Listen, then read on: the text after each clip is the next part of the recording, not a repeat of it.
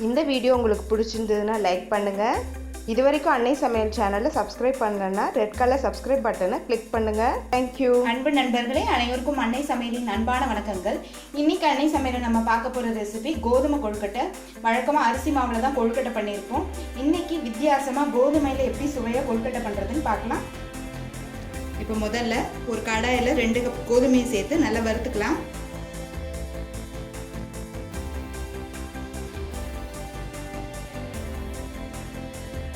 ஒரு 2 நிமிஷம் ஸ்லோலே வச்சு வருங்க.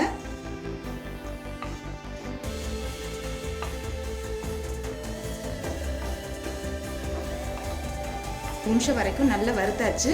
இப்போ இதை எடுத்து தனியாக வச்சுக்கலாம்.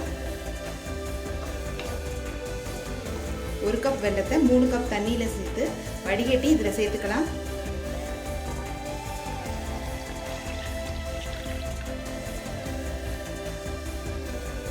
மூணு ஏலக்காயை தட்டி போட்டுக்கோங்க. 3 டேபிள் ஸ்பூன் பாசிப்பருப்பை 3/4 பதம் வேக வச்சு இதில் சேர்த்துக்கோங்க.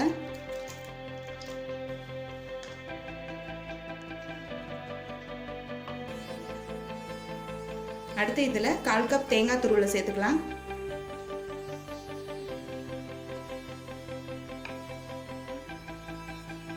இப்போ வெள்ளைப்பாகு கொதிச்ச உடனே வறுத்து வச்சிருக்க கோதுமை மாவை சேர்த்துக்கலாம். கொஞ்சம் கொஞ்சமாக சேருங்க.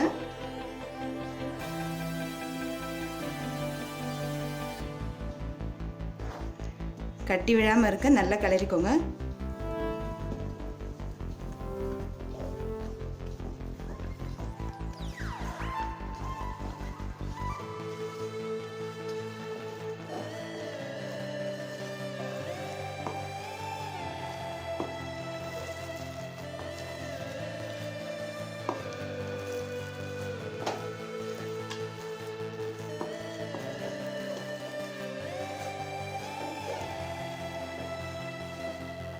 உங்களால் கிளற முடியலன்னா கொஞ்சம் எண்ணெய் சேர்த்துக்கலாம்.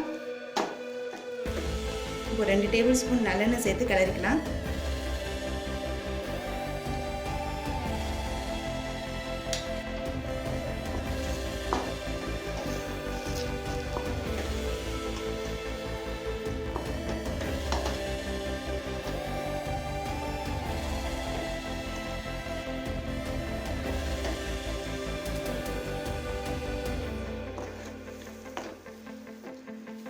இப்போ இது ரெடி ஆகிடுச்சு.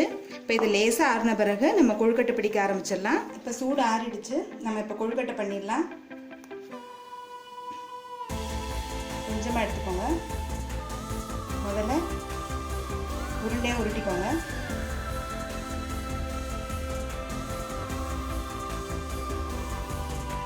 உருட்டிட்டு அப்புறம் ஒரு பிடி பண்ணுங்க. இது மாதிரி ஒரு பிடி பிடிச்சிங்கன்னா கொழுக்கட்டை இருக்குது.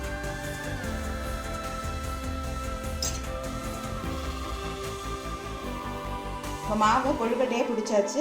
இதை வேக வச்சு எடுத்து வச்சுக்கலாம். இப்போ கொழுக்கட்டையை இட்லி தட்டில் ஒரு 5 நிமிஷம் வேக வச்சு எடுத்து வச்சுக்கலாம்.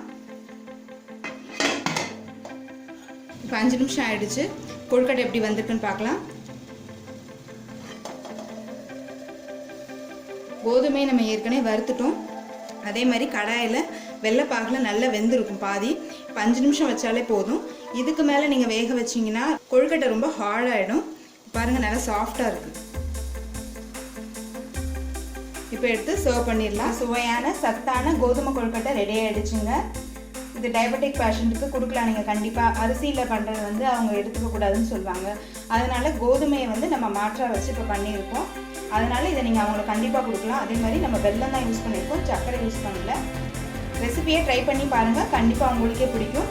ரெசிபி பிடிச்சிருந்ததுன்னா வீடியோவை லைக் பண்ணுங்கள், கமெண்ட் பண்ணுங்கள், ஷேர் பண்ணுங்கள். இது வரைக்கும் அன்னை சமையல் சேனல் சப்ஸ்கிரைப் பண்ணுறேன்னா சப்ஸ்கிரைப் பண்ணுங்கள். தேங்க்யூ.